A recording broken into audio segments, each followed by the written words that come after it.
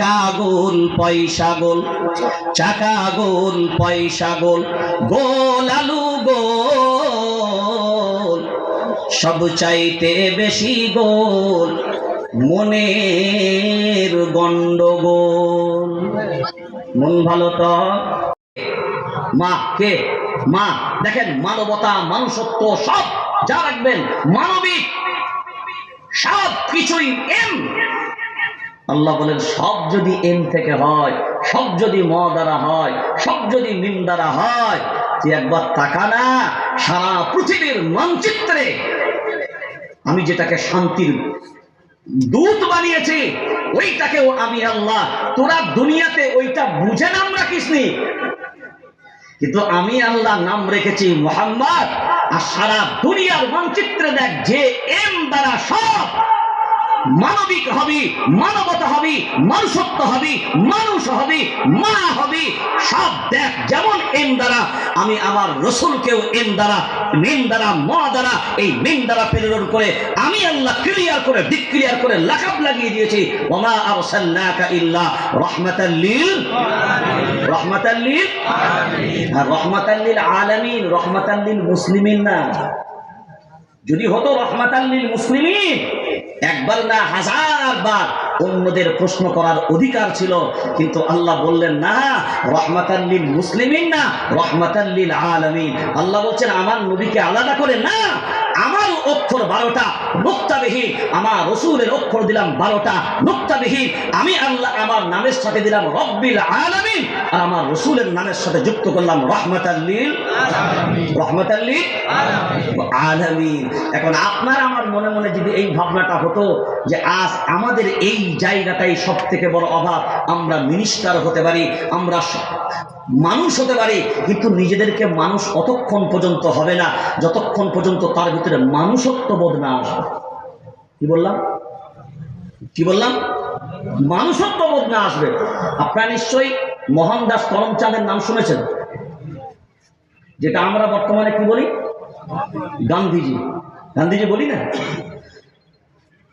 দেখেন মুসলমান এই টুপিওয়ালা দাড়িওয়ালা আজও পর্যন্ত ভারতবর্ষের পরিচিত ইতিহাসগুলো যদি আমার আপনার সামনে থাকে আমরা মূল্যায়ন করি, এরা ফিতনাকারী না, কারণ ওয়াল ফিতনাতু আশাদ্দু মিনাল কতল, এর বয়ান এই উলামায়ে কেরামরাই করে, এর বক্তব্য এই টুপিওয়ালা দাড়িওয়ালারাই করে। কারণ মনে রাখবেন এই জায়গাটা শান্তির ব্যাপারে কথা এই উলামায়ে কেরামরা বলে লা ইয়ারহামুল্লাহ মান লা ইয়ারহামুন নাস, লা ইয়ারহামুল্লাহ মান লা ইয়ারহামুন নাস। মুসলমানের কথা বলেনি মান লা ইয়ারহামুন নাস, সমগ্র মানুষের কথা বলেছে যে মানুষের প্রতি দয়া করে না, আল্লাহ তার প্রতি দয়া, আল্লাহ তার প্রতি দয়া করে না, আল্লাহ তার প্রতি দয়া করে না। এটা ইসলাম শিখিয়েছে। ইসলাম একটা জায়গা পাবেন না যেখানে ইসলাম এই জায়গাগুলো তৈরি করেছে। সব থেকে মানবতা প্রেমী আর সব থেকে যদি বড় মানবতা হয় তো ইসলামের থেকে বড় ধর্ম আর পৃথিবীতে কেউ হতে পারে হতে পারে প্রত্যেকের সমান অধিকার একমাত্র ইসলামই দেয়, প্রত্যেকের যে সম্মান যে মর্যাদা একমাত্র ইসলামই দেয়, প্রত্যেকের যে অধিকার একমাত্র ইসলামই দেয়। কারণ কেউ কারোর হক মারতে পারবে জোরে বলেন, মারার অধিকার আছে, এটা ইসলাম দিয়েছে। এই জন্যই তো হুদাল লিন্নাস, এই পথটাই হলো শান্তির পথ। এই পথটা যদি নিয়ে নিতে পারি এর থেকে বড় আর শান্তি কি হবে?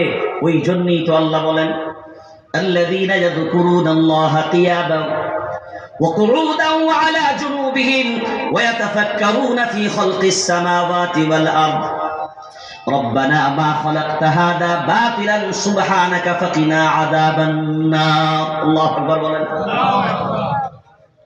যারা দাঁড়ানো অবস্থায় আল্লাহকে ভোলে না, যারা বসা অবস্থাতেও আল্লাহকে ভোলে না, যারা শুয়া অবস্থাতেও আল্লাহকে ভোলে না, সব সময় আল্লাহর কথা স্মরণ হয়। জিকিরের সব থেকে উত্তম অর্থ তো এটাই হবে যে আল্লাহকে স্মরণ করা, সারাক্ষণ আল্লাহকে যার ভিতরে স্মরণ থাকবেন। ওই জন্য দেখবেন আমাদের আল্লাহওয়ালারা অনেক সময় বলেছে মানুষ যদি অভ্যাস করে, তার কলটাকে যদি জিকিরের ভিতরে যদি বিগলিত করে দেয়, এই কলটা যদি সেই জায়গায় তৈরি হয়ে যায়, তো মনে রেখে দেবেন না আল্লাহর গোলাম, একটা মানুষ তার পরিচিত মানবিক দিক সব ওই জায়গা থেকে দাঁড়িয়ে আছে। আর এইটা একমাত্র সম্ভব হবে যখন মানুষের কলটা আল্লাহর জিকিরে সম্পূর্ণ ডুবে থাকবে। দাঁড়ানো অবস্থায় আল্লাহকে ভুলবে না।